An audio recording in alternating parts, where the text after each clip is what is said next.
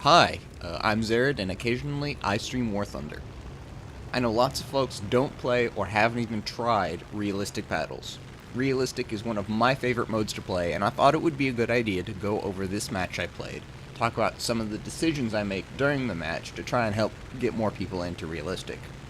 In this match, I'm playing the premium P-47 Thunderbolt, armed with 8 wing-mounted 50 caliber machine guns loaded with the universal ammo belt and set to a 300-meter convergence. Now, nobody really likes watching climbing, so let's go ahead and skip forward to the fun bits. Now here we encounter our first two enemies, over about right here. Climbing, just like we are. No idea what they are or what they plan on doing, so for now, we're just going to keep going. Once they've been identified, then we can figure out what move to make. There we go, two P-40 Kitty Hawks. Not the most fun aircraft to deal with, so let's try and get a little extra altitude so we can be on a bit more of an even playing field. There might even be a third aircraft there, and there we go. A captured 109. So it does not look like they are coming for us, which is always nice. But we are also not in range of any friendlies, so let's turn around and close the distance between us and our team. So if we are engaged upon, they should be in range to help us. If they're engaged upon, we should be in range to help them.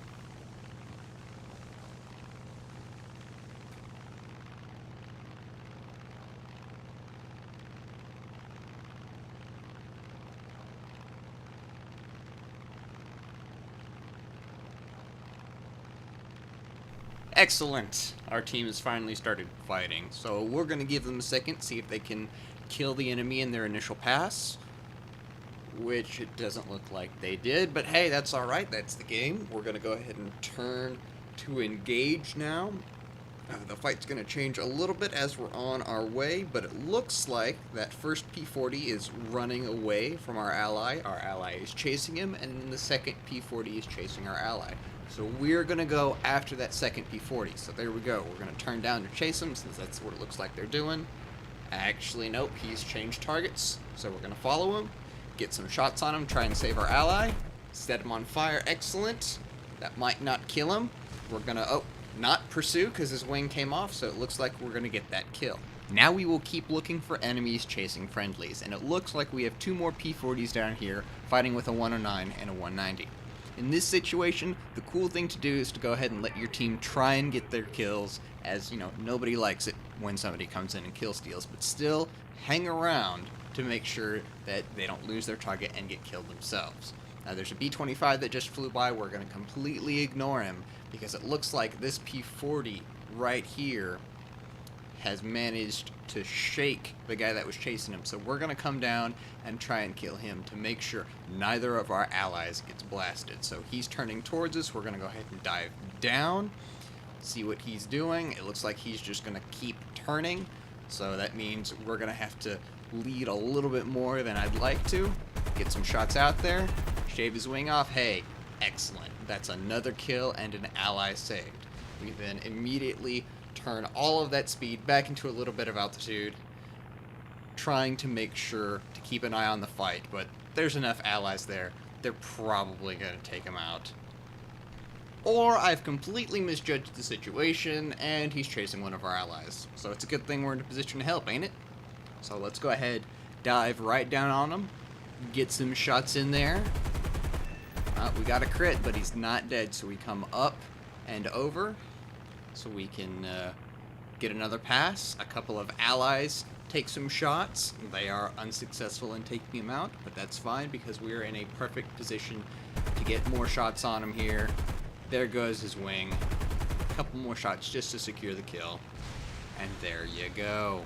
One crisis averted, so let's turn around and engage on that P-38 or not. Alright, let's go after that 109 and that Air Cobra over there. Now they're a little ways away, so I'm going to go ahead and once again cut to the fun bits. Situations like this one are rather educational. I come across this 109 running away, and I have a very human reaction, and I chase him, completely ignoring the Air Cobra that was coming right at me. So in this instance, I failed. I could have been setting up for a shot on that Air Cobra, potentially getting another kill or even an assist, but as it stood, I got nothing. Not a big deal in this particular game, but still, that highlights the point of always pay attention to your surroundings, otherwise you're gonna miss out on something like that. We turn around to see yet another failure on my part in the area of paying attention. This 109 is coming towards me, but then changes direction slightly. What I don't notice is that there are several allies in that direction, and I almost walk away with 2 team kills. Now, if I had been unlucky enough to get both of those team kills because of the new team killing policy that has recently been added to War Thunder, I would have immediately been kicked from the session and risked a ban if I had team killed any more recently. Now that the failing is over, we can move on to the last bit of this match. We have 3 enemies left, all of them above us, and all of them in King Cobras.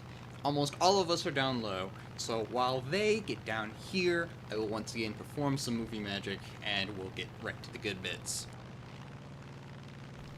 Here we have another important lesson. Don't panic. This P-63 is attacking an ally, but we are way out of range and can do nothing but head towards him.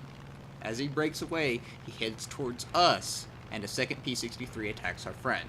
We need to watch the first one as he is in a perfect position to dive on us, but also not make a move unless he does.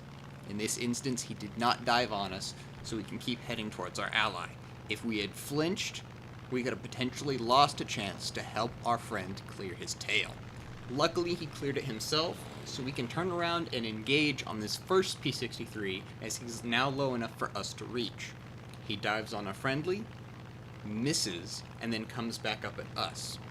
Sees us, fires, doesn't do a lot of damage while we take his wing. Now, we don't actually have the kill credit yet, so he's not technically dead. So that 109 could have chased him down, put shots into him, and gotten the kill credit himself, but he didn't, because he's a cool guy.